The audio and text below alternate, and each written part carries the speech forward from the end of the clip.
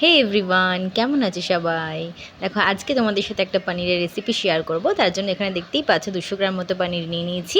ওপরে কিছু গোলমরিচ এবং গন্ধরাজ লেবুর রস ছড়িয়ে দিয়েছি। তারপরে একটুখানি নুন দিয়ে ভালো করে একটু মেখে নিয়েছি। এবার একটা মিক্সিং বলে দেখতেই পাচ্ছ আমি কাজু বাদাম, লঙ্কা, আদা আর পোস্ত এইগুলোকে পেস্ট করে নিলাম এবং তেলের মধ্যে আমি গরম মশলা ফোড়ন দিয়ে ওই পেস্টটা ঢেলে দিলাম। এবার তারপরে ভালো করে নাড়িয়ে চাড়িয়ে যতক্ষণ অবধি তেল না বেরোয় ভালো করে নাড়াতে হবে।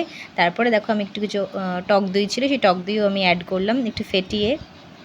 তারপরে এটা ভালো করে কষাতে হবে যতক্ষণ অবধি এই পুরো তেলটা না বেরিয়ে আসে, এবং তেলটা বেরিয়ে এলে তখনই কিন্তু পনিরগুলো দিয়ে দিতে হবে। রেসিপিটা খুব প্রচণ্ড সহজ এবং খেতেও কিন্তু খুব টেস্টি হয়। তোমরা অবশ্যই বাড়িতে ট্রাই করবে এরকম রেসিপি, খুব চটজলদি হয়ে যায়। এবং আমি কিন্তু দেখতেই পাচ্ছি এখানে পনিরগুলো একটু ভাজিনি, কারণ এটা ভাজলে পরে আর ভালো লাগবে না। আর পনির কিন্তু ভাজলে পরে পনিরের গুণটা চলে যায়। তো সুতরাং যত চেষ্টা করবে যে পনির যখন রান্না করবে তখন না ভেজেই রান্না করবে, তাতে কিন্তু টেস্টটা পনিরের বেশি আসে এবং পনিরটা খুব সফটও থাকে।